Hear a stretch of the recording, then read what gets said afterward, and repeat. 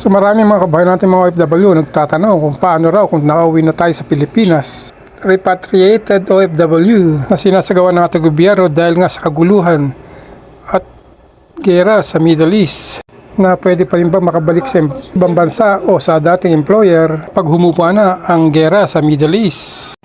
At ang paglilinaw rito ng DMW or MWO, kapag umuwi ka ng Pilipinas sa tamang proseso at walang pag-aaway sa iyong employer, ay pwede ka pong bumalik sa ibang bansa o sa dati mong employer. Watch po natin ang mga balitang ito. Secretary, paglilino lang po, no, itong mga OF natin who decide to come home at iniwan na po yung trabaho, hindi po sila makakabalik na, no? Or for the hindi naman ito ibig sabihin na uuwi sila pero they still have a job they can come back to pag bumalik sila. Yeah, of course, they can come back. Hindi sila umuwi kasi nagkaroon ng lamat o pag-away o may magandang ugnayan with the employer. Umuwi sila due to circumstances beyond their control, the employers and the workers, OFW's control. So usually it's the case na nanunumbalik, nakakabalik. In fact, minsan nga ang scenario is kahit may gera pa, gusto na bumalik ng kababayan natin. So sinasabi namin, mag-intay ka muna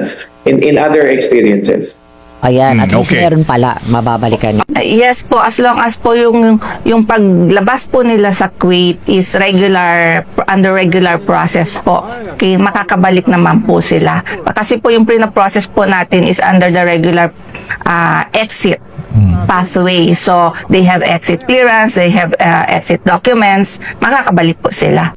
Question po from FD, if mag-voluntary repatriation po ba, pwede pa ba kami makabalik sa ako namin if okay na ang sitwasyon?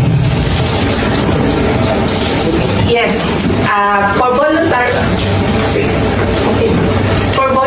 repatriation, sabi ko nga, we have to comply with the documents. You are properly provided with exit visa. So it's very smooth way of going out. So that if you intend to return to your previous employer, you still go with the usual process of returning sa previous employer. Okay. Kaya mag-exit na po tayo sa Kuwait, ibig sabihin with cancel visa na po yun kung nag-exit po kayo. And kung gusto nyo pong balikan po yung amo nyo kasi po okay po siya, then we have to go with the regular process kung paano po makakabalik yung isang kung kasambahay po siya, we have to go with the regular process na pagbalik dito sa Kuwait and work with your previous employer. Sa mga kabayan nating patuloy na nagtatanong kung paano ba magpalista or makasama sa repatriation ng ating gobyerno. So ito lang po ang kasagutan mga kabayan. Pwede nyo pong bisitahin ng MWO or ang inyong Philippine Embassy sa inyong lugar sa Middle East. Or kung gusto nyo, pwede kayong bumisita sa Facebook page ng DMW at hanapin nyo ang mga numerong pwede nyong tawagan doon mga kabayan.